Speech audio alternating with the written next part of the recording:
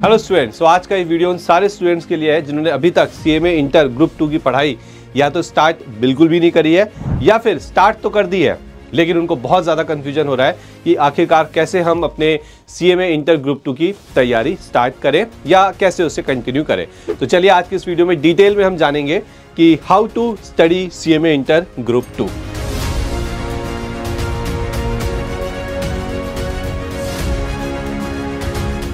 ध्यान से सुनिएगा। सबसे पहले आपको पता ही है कि आपके सीएमए इंटर ग्रुप 2 के अंदर टोटल ये 4 सब्जेक्ट्स आपके सामने हैं। ध्यान से देखिएगा, organisation management and strategic management, फिर आता है आपका कॉर्पोरेट अकाउंटिंग एंड ऑडिटिंग, ठीक है, financial management and data analytics, और फिर आता है आपका मैनेजमेंट अकाउंटिंग। ये है 4 सब्जेक्ट। अब एक बार ये देख लेते हैं कि इन चारों सब्जेक्ट्स के अंदर कौन कौन से ऐसे चैप्टर्स हैं जो आपको एग्जाम में बहुत अच्छा स्कोर करवा सकते हैं।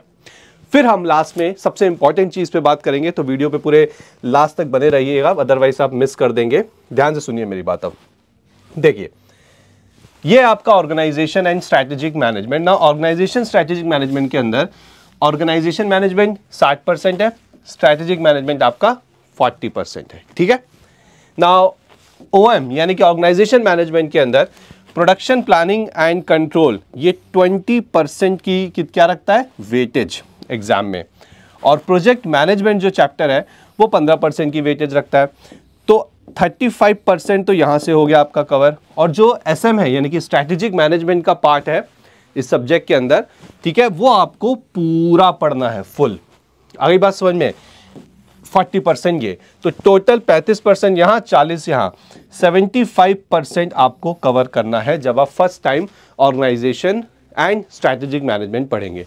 मैंने आपको बता दिया कि आपको ओएम के अंदर क्या पढ़ना है, ठीक है, और वेटेज आप देख सकते हैं 35%, और एसएम के अंदर मैंने आपको क्या बताया, पूरा एसएम आपको यहाँ पे पढ़ना है।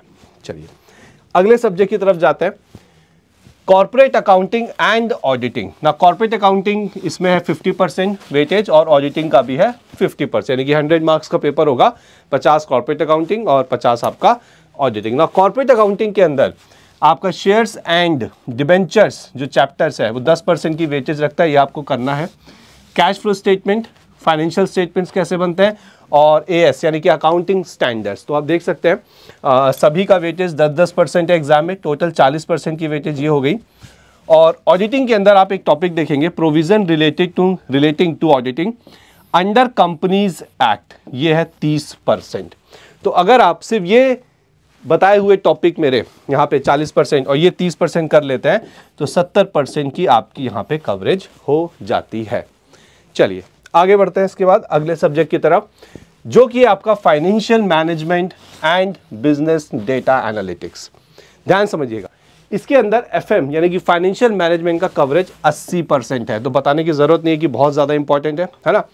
और जो बिजनेस डेटा एनालिटिक्स है वो सिर्फ आपका 20%। तो आपको क्या करना है, फाइनेंशियल मैनेजमेंट के अंदर tools for financial analysis 15% weightage है, capital weighting 15%, working capital management 15%, sources of finance 10% और इंस्ट्रूमेंट इन फाइनेंशियल मैनेजमेंट 10%। ये सारे चैप्टर्स आपको बहुत अच्छे से करने हैं। तो अगर आप इनकी टोटल वेटेज देखें तो 30, ये हो गया आपका 45, 55 और 10 65%, ठीक है।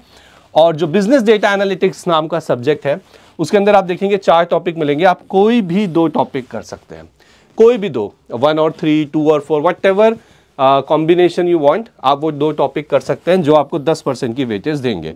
तो 65 और 10 75% की कवरेज आपकी हो गई। तो यहाँ पे मैं आपको सारे इंपॉर्टेंट चैप्टर्स बता रहा हूँ जो एग्जाम में बहुत अच्छा वेटेज रखते हैं, आप कम करके ज़्यादा वेटेज कवर करेंगे, ठीक है। लास्ट सब्जेक्ट की बात करते हैं जो कि है मैनेजमेंट अकाउंटिंग, कॉस्टिंग का बड़ा भाई, ठीक है।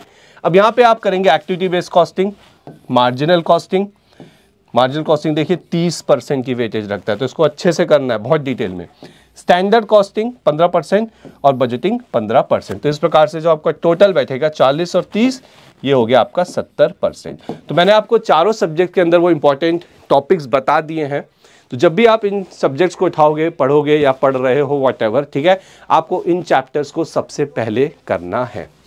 अब मैं आता हूँ इंपॉर्टेंट चीज़ पे, और वो ये है कि कैसे पढ़ना है। तो देखो, ध्यान से देखिएगा, ये जो मैं इसकी बात कर रहा था बहुत बहुत इंपॉर्टेंट चीज़ है ये। सबसे पहले आप उठाइए कॉर्पोरेट अकाउंटिंग, ठीक है। कॉर्पोरेट अकाउंटिंग आपको पता ही है, आपने इसमें अंदर जो टॉपिक्स हैं शायद बीकॉम में या स्कूल में आपने काफ़ी हद तक पढ़े हुए हैं, तो आपको बहुत आसान जाएगा। तो कॉर्पोरेट अकाउंटिंग और ऑडिटिंग आप एक साथ उठाइए, ठीक है, एक ही सब्जेक्ट है ये, और 20 से 25 दिन के अंदर आपको इसे कंप्लीट करना है। तो शुरू में पहला सब्जेक्ट है, बहुत ज़्यादा जोश में आपको पढ़ना पड़ेगा ताकि आप 20 से 25 डेज के अंदर इसको कवर करें। अब इसके अंदर आपको क्या कवर करना है, थोड़ी देर पहले मैंने आपको यही बताया था, ठीक है। ये सारे टॉपिक्स आपको यहाँ पे कवर करने हैं, आपको पूरा नहीं, आपको 70-75% तक की कवरेज रखनी है। ये हो जाने के बाद आप उठाइए मैनेजमेंट अकाउंटिंग, ठीक है, चौथा जो आपका सब्जेक्ट था मैनेजमेंट अकाउंटिंग, और उसके साथ आप उठाइए SM यानी कि स्ट्रैटेजिक मैनेजमेंट, OM नहीं SM, ठीक है। ये आपका प्रैक्टिकल है, इसमें थ्योरी भी है और ये पूरा का पूरा थ्योरी है, तो ये कॉम्बिनेशन बढ़िया बनता है। आप ये उठाइए और अगले 20 से 25 दिन में आप इसे करिए। देखिए जरूरी नहीं है 20 से 25 दिन, अगर आपको 30 दिन भी लग रहा है तो इट्स टोटली फाइन, ठीक है। ये मैंने एक एवरेज डेज ले रखा है, 5-7 दिन ऊपर हो भी जाते हैं तो उसमें कोई घबराने की बात नहीं है। नाउ मैनेजमेंट अकाउंटिंग और SM में आपको क्या पढ़ना है, देखिए ये मैंने आपको पहले से बता रखा है।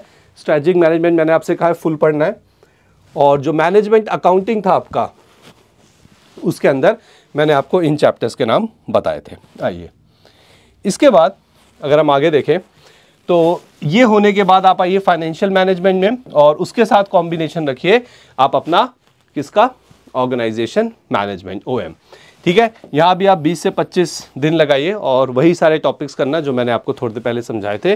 और फिर लास्ट में आइए बिजनेस डेटा एनालिटिक्स, और 10 दिन मैंने यहाँ पे लिखा जो कि बहुत ज़्यादा है, आप चाहें अगर अच्छे से आप इसे पढ़ते हैं तो 5 से 7 दिन में हो जाएगा, ठीक है।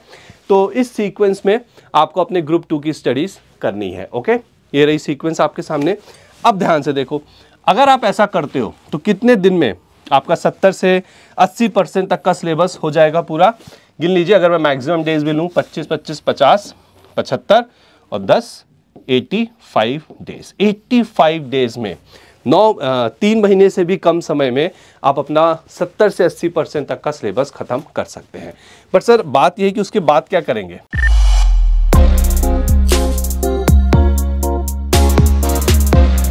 तो कुछ नहीं, जब ये हो जाएगा तो उसके बाद ध्यान से देखिएगा, जो भी आपके नेक्स्ट 20 डेज होंगे उसमें आपको जो भी आपके रिमेनिंग चैप्टर्स थे, आपको याद है कुछ चैप्टर्स हमने छोड़ दिए थे, है ना, हमने 70-80% ही उठाया है, तो जो रिमेनिंग चैप्टर्स हैं हर एक सब्जेक्ट के वो आपको नेक्स्ट 20 डेज में पिक करना है।